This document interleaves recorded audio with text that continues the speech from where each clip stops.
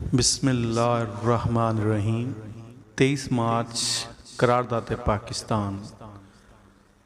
23 مارچ قرارداد پاکستان کو کیا ہوا تھا؟ برِ صغیر میں جب پہلا فرد مسلمان ہوا تو دراصل وہ ایک قوم سے نکل کر دوسری قوم کا فرد بن گیا، اور اسی دن ہندوستان میں دو قومیں بن گئیں، ایک ہندو اور دوسری مسلمان۔ ہندو اور مسلمان کے علیحدہ قومیت کا یہ تصور مطالبہ پاکستان، قیام پاکستان کا متحرک تھا، اور یہی تصور 23 مارچ 1940 کو لاہور میں مسلم لیگ کے سالانہ اجلاس کے موقع پر ایک قرارداد کی صورت میں پیش کیا گیا، جس کو قرارداد لاہور یا قرارداد پاکستان بھی کہا جاتا ہے۔ 23 مارچ کے تاریخی اجلاس میں شیر بنگال مولوی اے کے عبدالحق نے قرارداد لاہور پیش کی، جس کی چودھری خلیل الزمان اور مولانا ظفر علی خان اور سر عبداللہ ہارون، سردار اورنگزیب، نواب اسماعیل، قاضی محمد عیسیٰ، بیگم محمد علی جوہر نے تائید کی۔ قرارداد پاکستان یا قرارداد لاہور 400 الفاظ،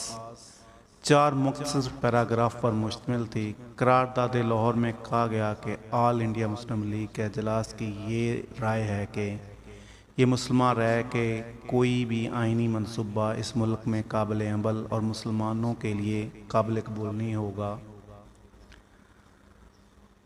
وہ مندرجہ ذیل اصولوں پر واضح نہ کیا گیا ہو، یعنی جغرافیائی طور پر متصلح علاقوں کی حدہ بندی اپنے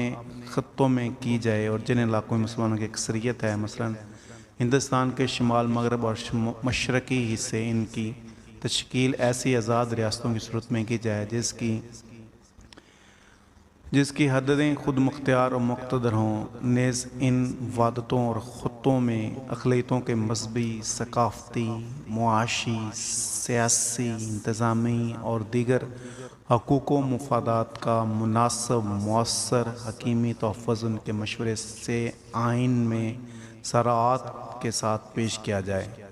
قرارداد لاہور کا پاس ہونا تھا کہ ہندو لیڈروں اور اخبارات نے آسمان سر پر اٹھا لیا۔